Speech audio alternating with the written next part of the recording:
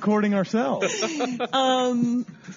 And I felt like it was too Republican, if I'm being honest. Too, like, that might not be the city for me. Hey, and that's surprising because you don't usually hear that Austin is the too Republican city. Yeah. But I felt like once you left Austin, it wasn't for me.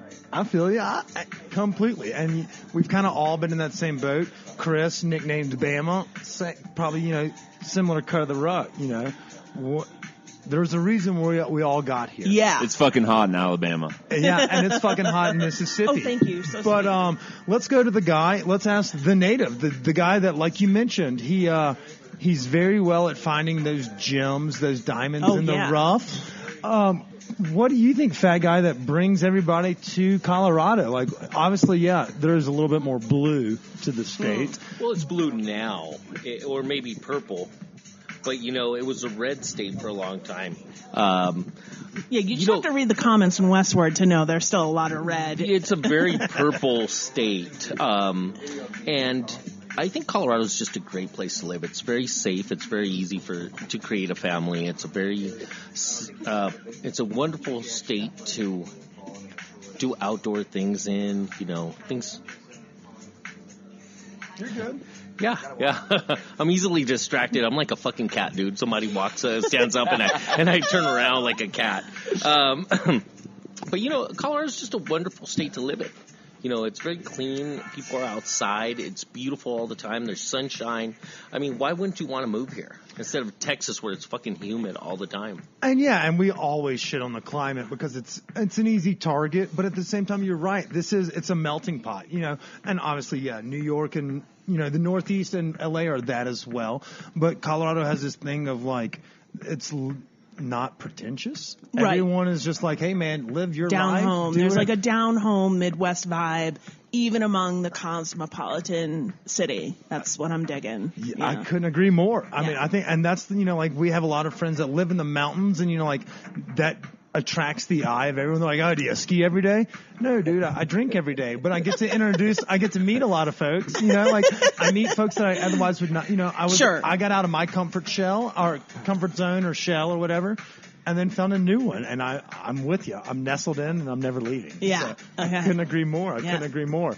So we usually diverge, and like we mentioned, we have zero plan for today because we feel like you're kind of just one of us. This is about to become real casual conversation. Okay, good. I like it. From just making fun of fat guy to favorite places around town. We want to pick your brain because, like I mentioned earlier, you are technically a beacon that people look to in Denver. So how did you come up with the idea?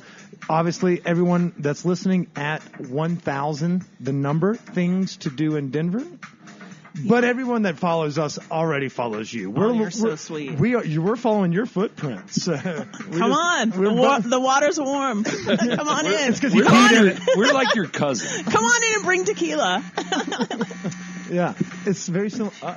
It's very similar to that. So, how did you decide that, I'm going to go from being a TV show writer to I'm going to highlight local businesses and promote the state of Colorado? Yeah. I mean, well, let's see. So when did it all start first? So I arrived. I need this photo right here. He's chugging 2 beers at one time. Please get that photo. Let's see. So I moved here, and one thing that I noticed right away is you read Westward and you read 303 and you read 5280, you get the sense because Denver is expanding so fast. We had over 200 restaurants open last year. That's like craziness. Is that the same restaurants are getting talked about. Yep. The Everyone's same 10 to 15 restaurants are getting talked about all the time. So as I moved here, I didn't know a single soul. I didn't have a friend. I would go to a bakery, a night out, happy hour, and feel like, why am I not hearing like the Thin Man talked about? Or the 40, shout out to our neighborhood. Love that. Exactly. Love that place. Or the 40-year-old Mexican bakery that's in Lohi on 38th. I'd never heard anyone talk about that. So I just started wondering if there was value in talking about the small gems around Denver. And it's just started to kind of take off because I think people maybe felt that same way. Oh, I've never heard of that. I didn't know that existed, or, that kind of thing. That was the feedback I was getting. And you're right. And, I think Chris and L Fat Guy could attest to this. Like you mentioned, excuse me, I'm about to burp from the double chug. Fat Guy is very good at finding the gems around town. Like he made fun of me for not knowing Columbine Steakhouse. And that's my own fault. But you're right. If you literally just go by the beacon that is, and shout out to Denise. Denise works her dick off to do top 25. I'm not taking, negging on any of them because I think they're so overtaxed and so overworked. And it is their job to tell you about these restaurants that open, but being so short-staffed, sometimes you're only hearing about 25 restaurants. Exactly. And you couldn't be more right. And that was, I think that's why we're all sitting at this table today, kind of all on the same page. Fat Guy knows the gems. You have done what we strive to do, and so we're here to pick your brain because we try to highlight that local business. We may be sitting hidden a little bit behind South Broadway, behind Adelita's. Again, don't forget 13th East Louisiana. But this is a diamond in a rough mezcal. Oh, definitely. It's so beautifully designed, and it's been on kind of like that list I'm constantly keeping to come down here and check it out. It's a beautiful space. And it's something that, a lot of places that are this small, and I can't speak for them because I don't know them, but they don't have the marketing team, or you're just so busy running your day-to-day, you don't know how to maybe do a press release or send those photo assets. That's just not realistic for a lot of these small businesses. Yeah, and I also think kind of like our idea behind what we're trying to do is, while like Westward, 303, all those kind of coverages provide great coverage and let you know about what's going on in the restaurant world and stuff, we kind of want to let you know about what makes it so unique in Denver, and why are these who are the people behind the scenes? Yes. What do they like to do? Yes. And how do they get here? And I think that's what's unique about what we're trying to do. And is we're trying to give you that extra little bit of info, so that guy behind the bar instead of just knowing what he's serving. And it becomes more personal. So the Call to Arms guys are both vets, or Morgan Hand Rations, who I guess he makes potato chips. He was just voted like the best snack in a national, but he's here in Denver, and he's a vet too. And I just think when you connect to those kind of like smaller stories, you fall in love with the business a little bit more. Yeah, that, and I think what's fascinating about what's going on in Colorado, and I think our previous guest, Alon Shaya, mentioned this, is Colorado's still like the wild, wild west. Yeah. People like to come here and invent themselves. Yeah. And that's why this place is so fucking awesome, is because we have people coming out here trying new things, and that's what we're trying to do. And that's what you do, is you provide coverage on these people who are making this place so unique and what keeps us here. I moved out here in 2010 and haven't looked back. I love it. And, let's even look to our resident native this week, or at least, I don't even know if you're actually from here. I don't even care. But you are one of those guys, Fat Guy, and, most of our followers and our listeners know you. You are a dear friend of the program and just a personal friend outside of the program.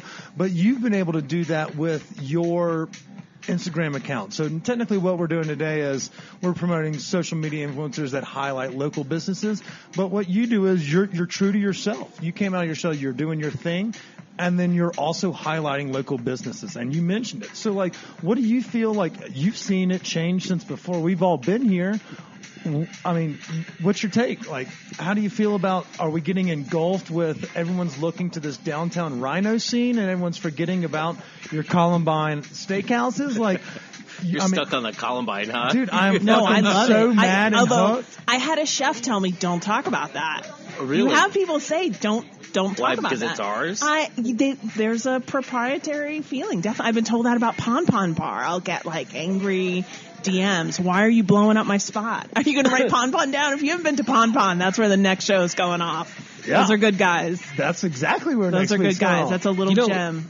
All those places, people forget about them. They don't have the marketing that you're talking about. They don't have the press releases, and they don't have the Instagrams because, let's be realistic. Columbine's had the same seating since 1968. You know, it's still a dirty little place, but it's an awesome, delicious food, and it's made fresh, and everything's wonderful about it. But they don't have the marketing behind them that these other restaurants do. So I love, and those are the places that I normally go and eat on an afternoon. You know, I don't go to these nice restaurants with great chefs. I'm usually going to these roughs, you know, well, diamonds in the rough. let's not say they're not great chefs. They're just not critically acclaimed or locally acclaimed. Well, they don't even have a chef, dude. Yeah. You know, to be honest, Sorry, there's not a chef. Yeah. There's, don't want to water down the there's term a sous chef. Yeah. Some chefs will be pissed off because there's a chef there. Yeah, they're line cooks and things of that nature, but you've managed to do like things that, and, you know, Kayla has as well, but what you've been able to do is you've been able to highlight, even if it's like just the local tortilla place. You know, like this place has fire fucking flour tortillas. If you're cooking at home, this is the jam. You seem to do that, but the best part about us, and one reason I think we get along so well, is we don't give a shit what anyone says about, or, you know, like hates on like our critiques or how we phrase comments. You know, like this podcast isn't for everybody. It's NC-17. I just want to interject and say Fat Guy would never eat a flour tortilla. So. Yeah. I mean, he's kind enough not to interject. But How do y'all not like I just want flour to say, tortillas? Dude, I corn, feel- Mexicans. I- Unless you're from bullshit. like that little area Torreon or you're from fucking Zacatecas, nobody eats a flour tortilla. Bullshit. They sell unless you're tons of them at La Hacienda or whatever the fuck it is right there on For Federal. the Americans. Yeah, I know, for the Chipotle. Americans. No, and whatever if it you go is. to Texas, you can't find a fucking corn tortilla in the state. Yeah. Well, I can't find Yeah. fucking white cheese dip out here, and I feel like that's a goddamn crime. I can take care of that because we actually sell a lot of that shit. I think we're in the business of not disclosing your companies because of the debauchery we do on the side. But yes, if you want to eat dank ass white cheese dip, you go find Fat Guy's restaurant. Yeah, good luck. So if we kind of bring it back around to 1,000 Things in Denver, you mentioned like when you started, but what was your idea? Like what were you thinking when you started this whole deal? I mean, like based on your experience with media and things like that, you know, Such a you good had question. A good background. Yeah, so I think two things. One is I didn't know how to convert what a TV writer does here. It's still something I'm struggling with. Like, how does if you're a TV writer for too long, you literally almost have no skills to do anything else. You're sitting at a giant table bullshitting all day. And I believe it's a skill, and I'm honored to have done the job. Today. But Exactly. I know. But you understand ideas, you understand execution, you understand like premises and things like that. And So you have it skills. maybe could gel into an advertising job or something of that ilk. I will say, at the time that I started it, which was really just a hobby and something fun, is I started thinking the only thing maybe I could do was social media. And for social media, you have to show that you can grow an account. That would be at almost every job that I would apply to. So I was happy to show 1,000 Things versus my own personal account, which was pugs and who knows what else, with the 3 likes from your mom and your sister. So yes, I will say there was no purpose to it or agenda in the beginning. So you had no idea that it would. No, I didn't. I can remember clearly I posted something from Wooden Spoon, one of my favorite bakeries in Lowhigh, and Eater shared it, and I got 150 more follows overnight, and I was like, oh, okay, like, all right, let's just keep trying. Yeah. So, and it's always gratifying when someone says, oh, I've never heard of that, or, oh, we then went on your suggestion and it was amazing, or didn't even know that was in my own neighborhood. So stuff like that was starting to feel good and gel a lot. Nice. Yeah. So when was the first post for 1,000 Things to Do in Denver?